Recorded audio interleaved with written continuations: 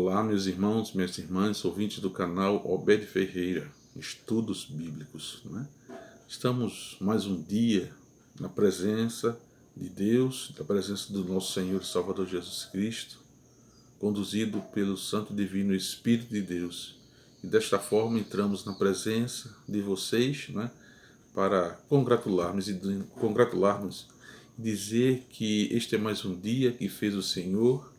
Alegremo-nos e regozijemo-nos nele. Esse é mais um dia que o Senhor nos concede e devemos procurar viver de tal maneira que agrade ao nosso Deus. E continuamos na série de estudos do Evangelho de Jesus Cristo, segundo Marcos. Neste dia nós estaremos estudando o capítulo de número 11, que vai justamente tratar da entrada triunfal de Jesus Cristo em Jerusalém, e com essa entrada todos os efeitos da ação de Jesus Cristo, o Messias.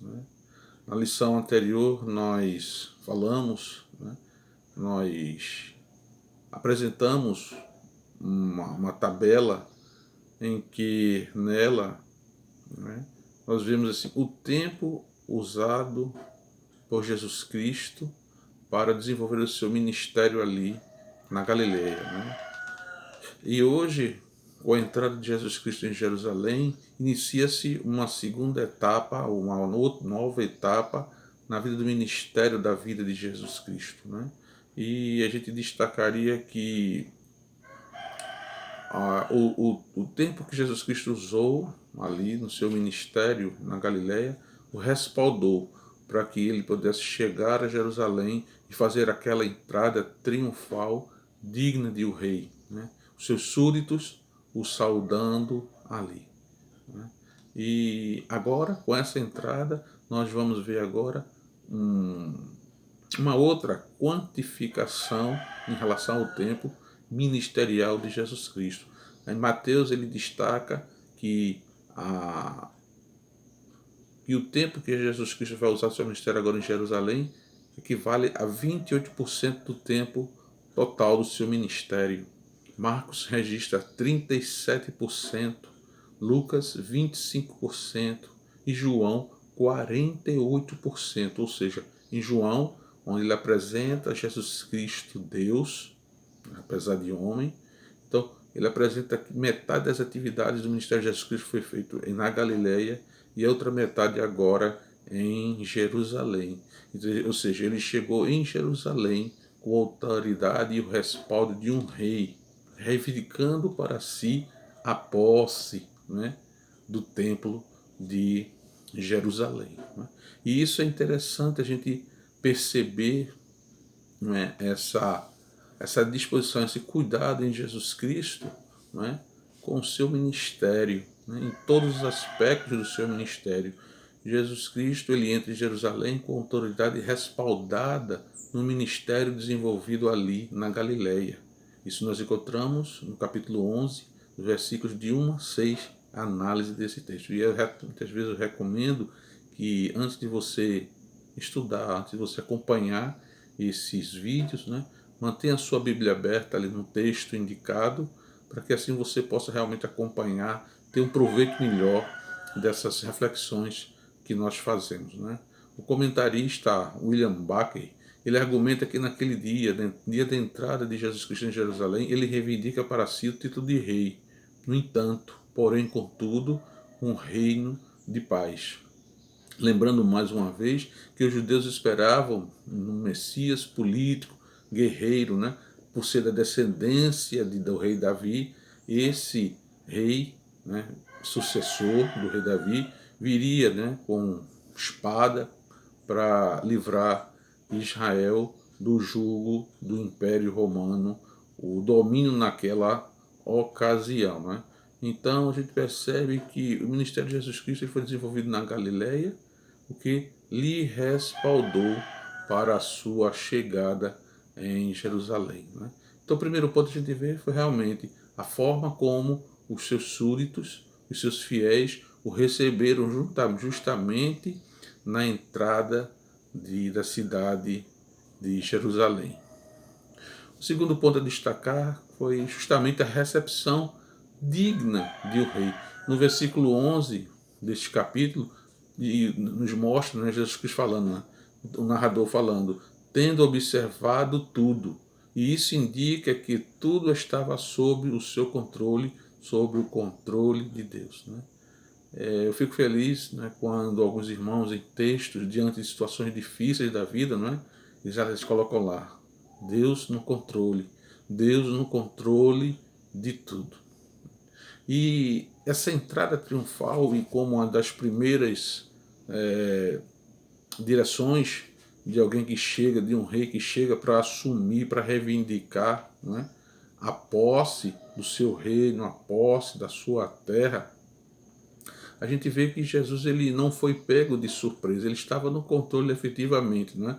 Quando inicialmente ele mandou que separassem para ele aquele jumentinho, né? Ele deu aquelas primeiras instruções, né? E essa escolha do jumentinho evidencia justamente o Yeshua HaMashiach, né? O Messias, o Jesus Messias, né? Então a gente vê que as profecias falavam realmente a respeito do Messias, a respeito da vinda do Messias, vai se cumprir justamente em Jesus. E em Zacarias 9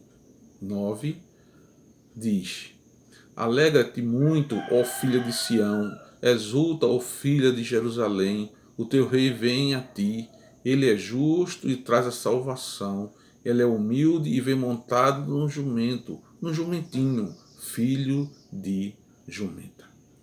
Em momento algum, Jesus Cristo, né, no desenvolvimento do seu ministério real, ele deixou de cumprir as profecias que se falou sobre ele. E nesse episódio da entrada de Jesus Cristo, né, a gente vê, também houve a saudação do povo, indício, indicativo do perfil de conquistador, a maneira ovacionada como ele foi ao entrar ali em Jerusalém. Ou seja, toda a ação de Jesus Cristo foi de acordo com o que se estava escrito a respeito dele. Em momento algum, Jesus desviou, não é, da sua missão. Às vezes nós temos na nossa vida cristã dificuldade de desenvolver, de compreender o ministério que Jesus Cristo ele colocou em nossas vidas, colocou em nossas mãos para desenvolvermos. Mas uma coisa é certa, ainda que com alguma dificuldade, com alguma dúvida, precisamos manter firme, manter o foco no objetivo de cumprir, né, tudo aquilo que o Senhor Jesus Cristo ele nos ordena, ele espera que nós o façamos. Evidentemente que Deus ele não depende de nós, ele não precisa de nós, mas uma coisa é certa, ele conta com a nossa colaboração, com a nossa ajuda. Em terceiro lugar, podemos destacar do comentário desse texto, é que aqui a gente vê, no caso, o primeiro ato do rei, o primeiro ato de um rei. Capítulo 11, Marcos 11, de 12 a 14 e de 19 a 21. Vendo uma figueira cheia de folhas, porém sem frutos, ele a condena à morte, embora não fosse época. E aqui é muito interessante essa palavra, né? Porque nesse momento o rei que está chegando para tomar posse do seu reino, né? Que já havia sido implantado, mas ele veio reivindicar o templo, ele condena aquela árvore, ou seja, nele na sua onisciência ele sabia que se dirigindo àquela árvore ele não iria encontrar, né, o fruto, mas ainda assim, né, ele se dirigiu. Mas aquela palavra com relação àquela figueira diz um respeito totalmente a Israel, né? O rei, quando ele chega para assumir o reino de Israel, ele vê uma nação totalmente deteriorada, uma nação submetida a jugo, né, a jugo externo, mostrando que ao longo da história de Israel, ele sempre teve dificuldade em obedecer às orientações, às ordens de Deus, né, e sempre se mantendo sob jugo das nações vizinhas. Então Jesus Cristo agora chega para reivindicar, né? A Bíblia King James ela esclarece em sua nota de rodapé que as figueiras daquela região depois de sua folhagem, está pronta para dar o fruto, e que aquelas figueiras daquela região dali, não é, eram figueiras diferenciadas das demais. Então, quando Jesus Cristo, apesar de ser fora de época, naturalmente os discípulos entendiam que ainda não era época, mas independente da época, Jesus Cristo sabia que aquela figueira daquela região dali, naquele momento com a sua folhagem toda pronta, ela deveria ter dado o fruto.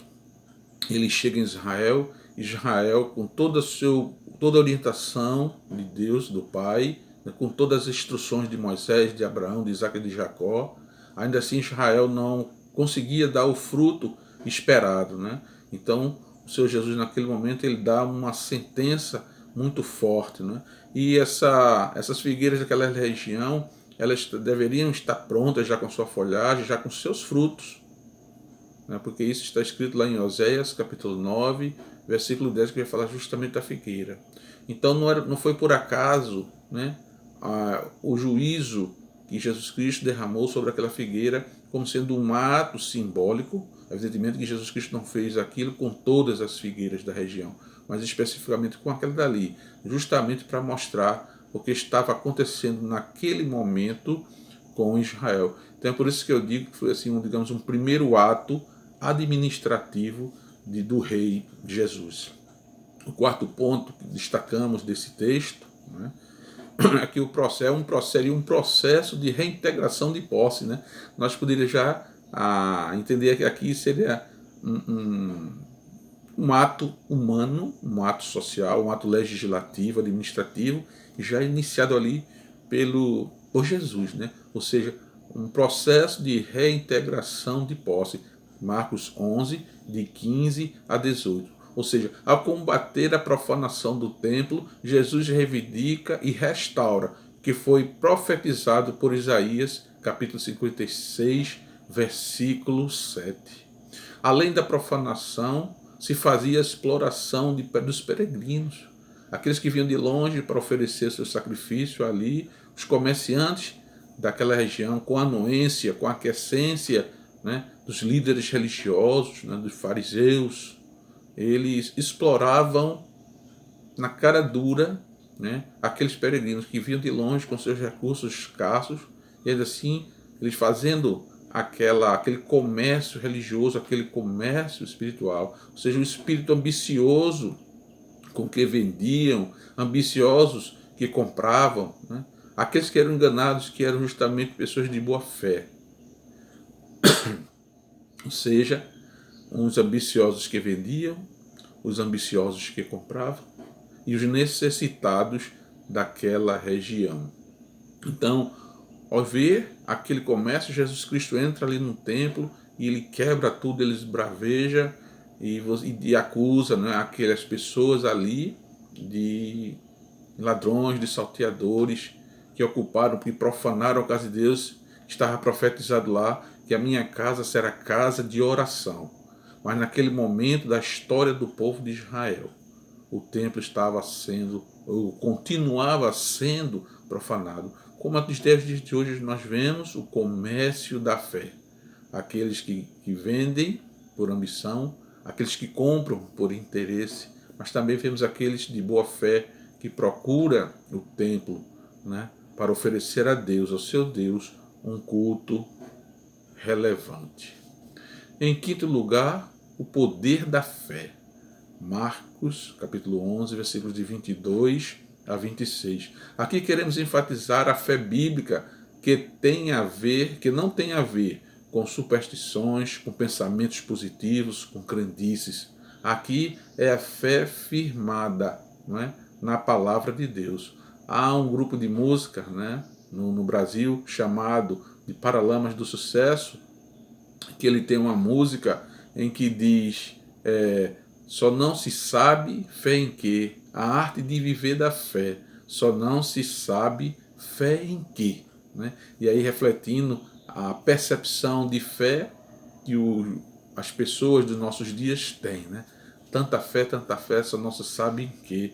Mas a fé professada pelos fiéis de Deus tem a sua fé pelo ouvir e o ouvir a palavra de Deus. A nossa fé, ela tem uma fonte, ela tem uma origem, né? A oração da fé está firmada em Deus, move o impossível, dissipa todo medo e restaura relacionamentos com Deus e com o próximo.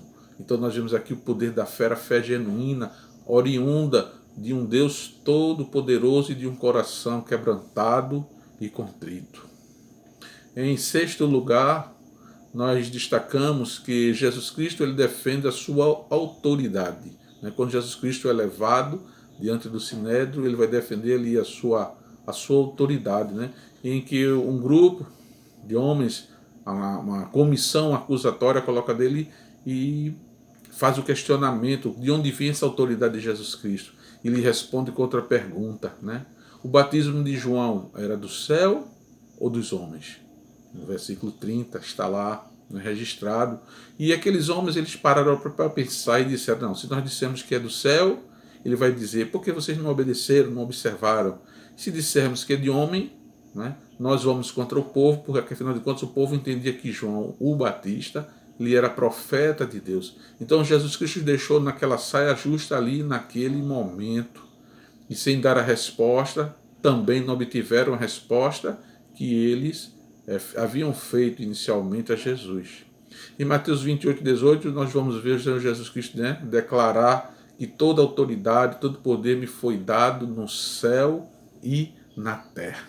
Então Jesus defende a sua autoridade de maneira categórica, respondendo, questionando, fazendo a defesa apologética do seu ministério, com base inclusive nas Sagradas Escrituras.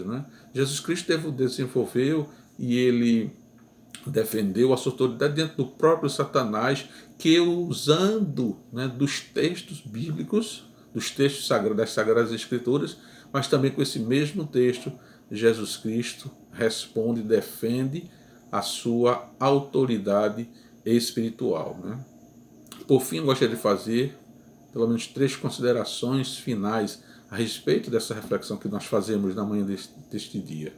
Primeiro, que a Igreja de Cristo ela precisa continuar proclamando Jesus Cristo como Rei, como Senhor e como Salvador. Essa é a principal missão da Igreja de Jesus Cristo. Evidentemente que no exercício desse ministério, a Igreja precisa também olhar para o homem, para o próximo, com o olhar de Deus.